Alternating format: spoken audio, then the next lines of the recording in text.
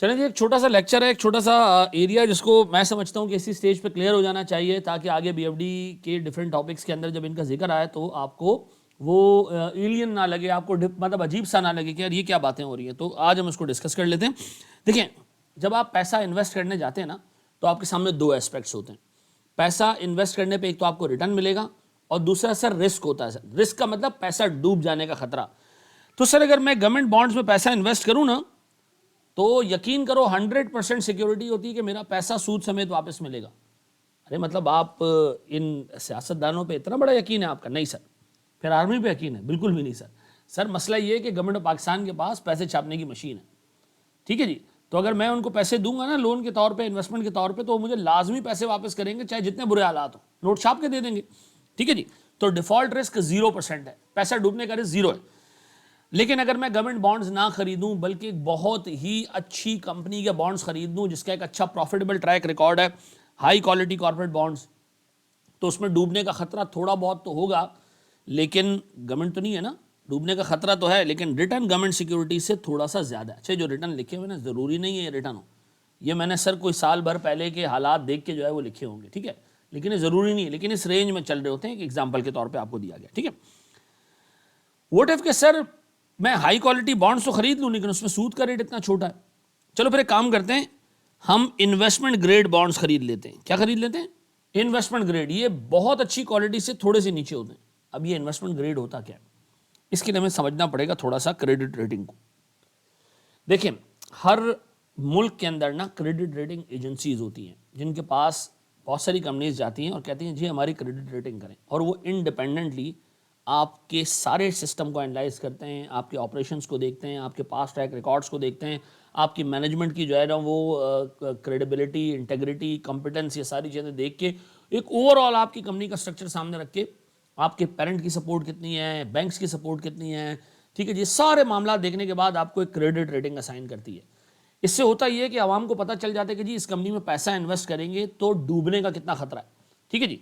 अगर आपको मिल जाए जी AAA रेटिंग, ओ हो जी, इसका मतलब है आप एज गुड एज गवर्नमेंट हो, 0% डिफॉल्ट रिस्क, AAA, बेहतरीन सिक्योरिटी, ठीक है जी। अगर AA+ क्या है? सॉवरन से थोड़ा सा नीचे प्लस का साइन इंडिकेट कर रहा है कि this is approaching to AAA, इसका अगला मूव AAA पे होगा, बेहतरीन सिक्योरिटी है। अगला मूव इसका किस पे होगा? AAA पे होगा, प्लस का साइन ये इंडिकेट कर रहा है, ठीक है जी। AA नेगेटिव है तो अभी AAA तो थोड़ा सा नीचे, लेकिन अगला मूव नीचे की तरफ है, नीचे जाने वाली है सिक्योरिटी, इसकी क्रेडिट रेटिंग और खराब होने वाली है। AA न्यूट्रल, यानी सर अगले मूव का हमें पता नहीं है, अभी अभी ये AA पे आई होगी, मे बी अगले मूव का हमें नहीं पता, हालात देख के हम डिसाइड कर पाएंगे, आगे मजीद इंफॉर्मेशन हमें चाहिए, मजीद आगे जाके हम डिसाइड कर पाएंगे कि ये AAA ये पे जा सकती है या ये AA से भी नीचे जाएगी, तो हमें इसकी अगली मूवमेंट का नहीं पता। सर इसी तरह फिर AAA के बाद AA के बाद सिंगल ए के बाद BBB आता है। देखिए, ये वो बॉन्ड है, इस ग्रेड तक वो बॉन्ड्स हैं जो लोग वाकई इन्वेस्टमेंट की खातिर करते हैं, पैसा डाल रहे हैं, BBB तक, ठीक है जी। BBB बॉर्डर है, इससे नीचे फिर आप जुआ खेल रहे होगे, यानी फिर आपको पता होगा कि बॉन्ड डूबेगा लेकिन उसके बावजूद आप पैसा इन्वेस्ट कर रहे होंगे, ठीक है जी। सर BBB तक लोग कहते हैं कि जी इन्वेस्टर है यार, कसाई नहीं है ये बंदा, जुआ नहीं खेलना है, AAA बॉन्ड इस रेट AAA तक अगर आप इन्वेस्टमेंट करें। AAA के फौरन नीचे आता है सर CC, ये C आता है सर, CCC के बाद CCC के बाद सिंगल C कहलाता है जंग बॉन्ड्स। भाई जंग बॉन्ड का मतलब है हम जुआ खेल रहे हैं, पैसे डाल रहे हैं, क्या पता सर पैसे अच्छे खासे मिल जाएं, सस्ते बॉन्ड मिल रहे हैं, लोगों को लगता है डिफॉल्ट कर जाएगा, लग रहा है हालात ऐसे ही कि डिफॉल्ट कर जाएगा, लेकिन सर अगर नहीं किया तो रिटर्न अच्छा मिल जाएगा, ठीक है जी। D क्या जी? डिफॉल्टेड बॉन्ड्स, जो डिफॉल्ट कर चुके हैं ऑलरेडी, ठीक है जी। अब बताएं AAA sovereign, AA+, AA-, AA neutral, clear हो गया। अगला मूवमेंट कहाँ है वो बता दिया आपको, AAA से थोड़ा सा नीचे AA, बहुत अच्छी high quality bonds, A high quality bonds, BBB investment grade bonds. Investment grade का मतलब सर यहां तक जो है ना वो एक इन्वेस्टर पैसा इन्वेस्ट करता है क्योंकि जुआ नहीं खेलने आया होता।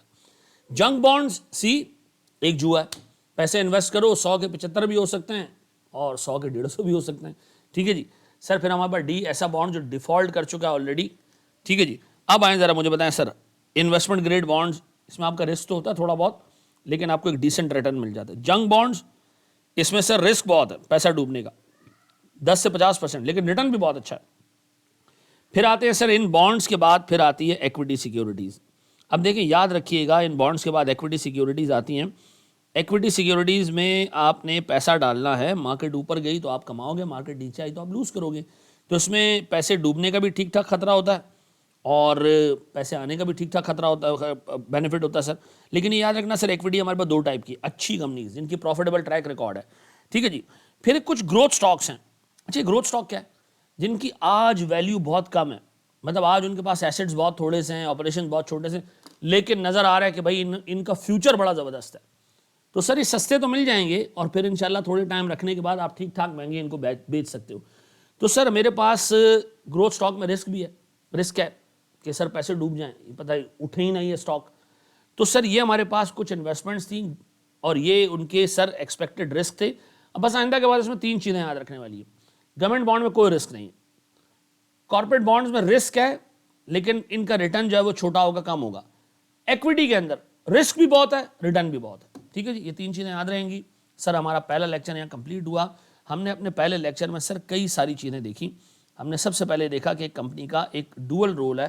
कंपनी ने करना ये सर कि एक तरफ तो अपने फाइनेंसर्स को कोशिश करना है कि कम से कम रेट में आमादा कर लें, ठीक है जी, और फिर जो पैसा आ जाए उसको ज़्यादा से ज़्यादा रेट पे इन्वेस्ट करना है, ठीक है जी।